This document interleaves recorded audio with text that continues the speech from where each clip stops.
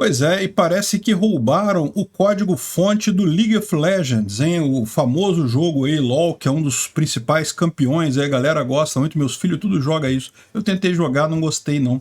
Mas enfim, roubaram o código-fonte deles. E agora, qual que é o problema disso? Vamos entender esse assunto. Essa notícia foi sugerida por Let's Go Estado, LG Fischer e várias outras pessoas. Obrigado aí ao pessoal que sugeriu a notícia. Obrigado a você que está assistindo o nosso vídeo. Se você gosta do nosso conteúdo, por favor, deixe o seu like e se inscreva aqui no canal, né? Pois bem, a Riot Games confirmou na terça-feira, dia 24, que o código-fonte de jogos como League of Legends, Teamfight Tactics, TFT, e uma antiga plataforma antitrapaça da empresa foram roubados na última sexta-feira, dia 20. E a Riot, que é a empresa que fabrica esses jogos, né, que desenvolve esses jogos, foi inclusive chantageada com um pedido de resgate pelas informações. Apesar disso, a empresa garantiu que não vai ceder à ameaça e afirmou estar confiante que dados de jogadores e detalhes pessoais não foram comprometidos, tá? Bom, para quem não sabe, League of Legends é um jogo muito conhecido, tem aí, muita gente joga, é um jogo multiplayer. Então várias pessoas se conectam no servidor e fazem uma batalha de um grupo contra outro grupo. E o código-fonte foi roubado.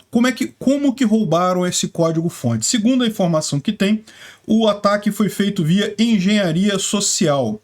E o que é engenharia social? Engenharia social, na verdade, é uma forma de ataque muito comum que explora o elo mais fraco em praticamente todo o ambiente. O elo mais fraco é sempre o ser humano, as pessoas.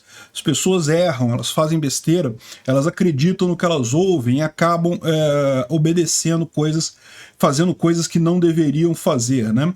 Para quem não sabe, o Kevin Mitnick, que é um hacker muito conhecido, ficou anos, foi preso durante muito tempo, até hoje ele é proibido de ficar perto de determinados sistemas pelo FBI, coisa e tal.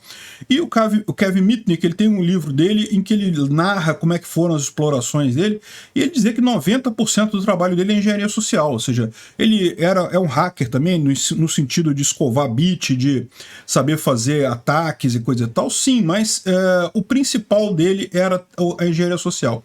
E como é que ele fazia esse tipo de coisa? Por exemplo, né, isso que eu estou comentando mais ou menos do livro do Mitnick, ele ligava para uma filial de uma empresa e para pegar o nome das pessoas que eram chefes de desenvolvimento, né? Aí ele ligava para, não, eu sou o funcionário fulano de tal. Não era, né? Ele estava ligando de fora. Mas ele ligava para uma pessoa dentro da empresa se fazendo passar por alguém de dentro da empresa.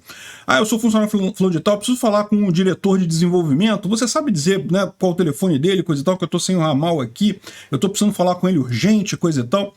E daí a pessoa acreditava e passava o nome do diretor e o telefone do diretor. Aí ligava para o diretor e usava o nome dessa pessoa. Falava, ah, não, olha só, fulano de tal que eu falei lá na filial XYZ pediu para eu entrar em contato contigo porque ela está bloqueada, não consegue acessar a rede, não sei o que lá.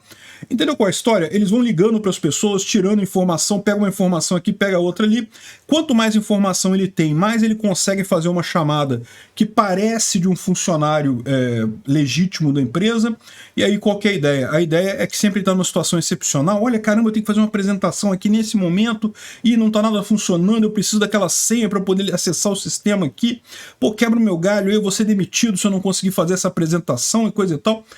E esse é o problema. O elo mais fraco da segurança são as pessoas. As pessoas às vezes acreditam, se enganam, acham... E aquilo que eu falo para você, muita gente acha assim, ah não, eu jamais cairia nisso. Não, pessoal, o pessoal é convincente. Eles falam de uma forma convincente, eles têm toda uma técnica para envolver a pessoa, conversar com calma, tentar se identificar com a pessoa, né? O cara nunca chega assim já falando qual é o nome, não, ele fala, pô, caramba, que chato aqui o trabalho aqui, né? Esse negócio da máquina de café tá quebrada aqui no escritório, que coisa chata, não sei o que lá, para criar uma identidade com a pessoa, para criar uma interação com a pessoa.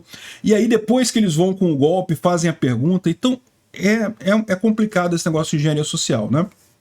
E aí uma pessoa foi manipulada e concedeu o acesso protegido com base em falsas premissas. Eles não explicam exatamente o que o cara fez, mas nessa altura foi alguma coisa assim. Alguém ligou como se fosse um desenvolvedor, falando, caramba, eu preciso fazer não sei o que lá, preciso corrigir tal problema, pô, arruma credencial para mim aí rapidinho para eu acessar o servidor de código-fonte que eu estou precisando aqui, coisa e tal, e a pessoa, o elo mais fraco, na segurança da empresa, acabou dando esse acesso para a pessoa, né? Infelizmente é algo muito comum ainda em muitas empresas. Como é que uma empresa evita esse tipo de ataque? Evita esse tipo de ataque com campanhas de conscientização, explicando para as pessoas como se portar nessa situação, falando sobre a necessidade de tomar cuidado com esse tipo de pedido, enfim, não tem outra forma, é realmente com campanha de conscientização, treinando a sua equipe, né? Algumas empresas chegam a fazer justamente exercícios simulados disso, quando elas contratam uma pessoa para fazer exatamente, tentar fazer esse ataque, de forma que depois o chefe da pessoa pode, tá vendo que você caiu nesse ataque aqui, isso aqui foi uma pessoa que a gente contratou para tentar fazer um ataque e você caiu e coisa e tal. Enfim, isso, né, acaba gerando também uma possibilidade para você mitigar ou diminuir a probabilidade disso acontecer na sua empresa, né? Mas tem uma outra coisa curiosa aqui também que eu falo sempre para vocês. Muita gente vê esse negócio do código-fonte como sendo, assim, o valor máximo de uma empresa. E eu já falei isso em vários outros vídeos, inclusive falo no meu curso. Olha, na maior parte das situações, o código-fonte não é algo tão crucial assim em termos de valor do segredo dele, né? Por vários motivos, né? Vamos supor, o cara roubou o código-fonte da LoL. O que ele pode fazer com isso no final das contas, né?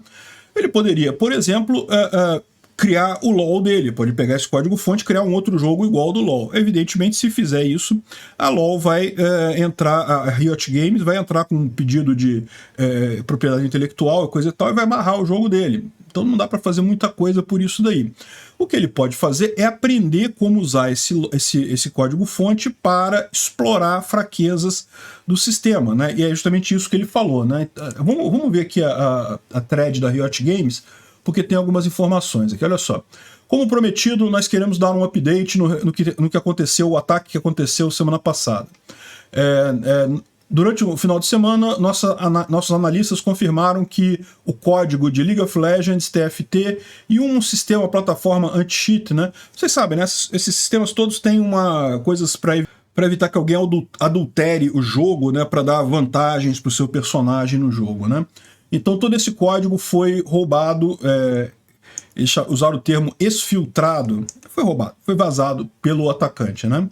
E hoje a gente recebeu um e-mail de resgate, ou seja, o cara se ofereceu, olha, se você me pagar tanto, eu destruo o código-fonte. Só que esse tipo de coisa que é totalmente irrelevante. Como é que ele vai saber que ele destruiu o mesmo código-fonte, né? Ou seja, não tem diferença nenhuma, né? Então, enquanto esse ataque interrompeu o nosso ambiente de build e pode causar problemas no futuro, nós estamos tranquilos que nenhum dado de jogadores ou informação pessoal de algum jogador foi comprometida, ou seja, roubaram o código, não o banco de dados. De fato, a exposição do código-fonte pode aumentar a probabilidade de novos cheats, né, de novos golpes, aí, de novas mutretas no jogo, né? Por quê? Porque o pessoal vai ter o código-fonte, pode estudar o código-fonte e assim descobrir como burlar a segurança ali. Mas esse tipo de coisa a gente tem trabalhado no impacto e em medidas contra esses ataques que serão preparados para serem corrigidas tão logo sejam necessárias, né? O código obtido ilegalmente também tem um grande número de características experimentais. Enquanto nós esperamos que alguns desses modos de jogos e outras mudanças eventualmente cheguem aos jogadores, muito desse conteúdo ainda está em forma de protótipo, né?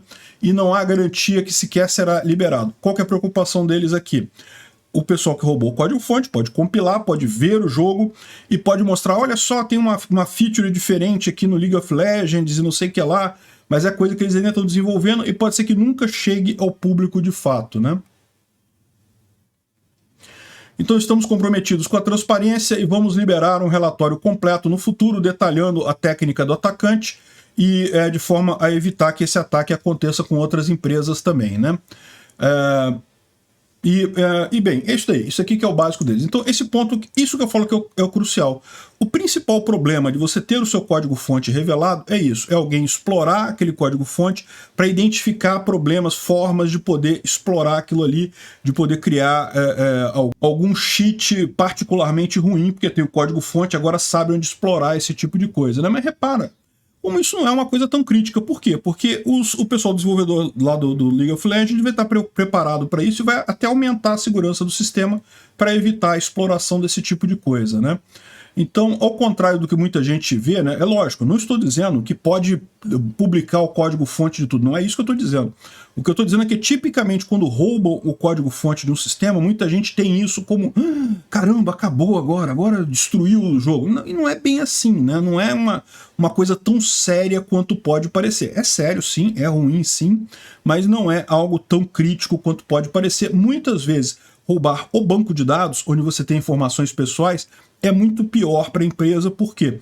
Porque com informações pessoais ela está arriscado sofrer um processo, os atacantes podem roubar os dados das pessoas, podem fazer ataques em nome das pessoas, então pode ser algo muito pior no final das contas, né? Enfim, eu não acho que vai ser assim uma tragédia. Isso daí, é lógico, vai ser um problema para a Riot Games. O pessoal do LoL aí vai ter que ficar atento com a possibilidade de novos cheats, mas não deve ser nada tão trágico assim, eu espero. Vamos ver se a equipe consegue manter a coisa sob controle. Se chegou até aqui e gostou do conteúdo, clique no like e se inscreva no canal. Isso me ajuda a ganhar relevância no YouTube e levar o tema da segurança no desenvolvimento de software a mais pessoas. Obrigado. Considere também clicar no sininho e pedir para ser notificado dos novos vídeos. Caso queira sugerir uma notícia para falarmos aqui, é só ir no nosso site https://safesource.com, safesrc.com e clicar em sugerir uma pauta, colocar o link da notícia ali. Agradeço a todos que nos ajudam a fazer esse programa.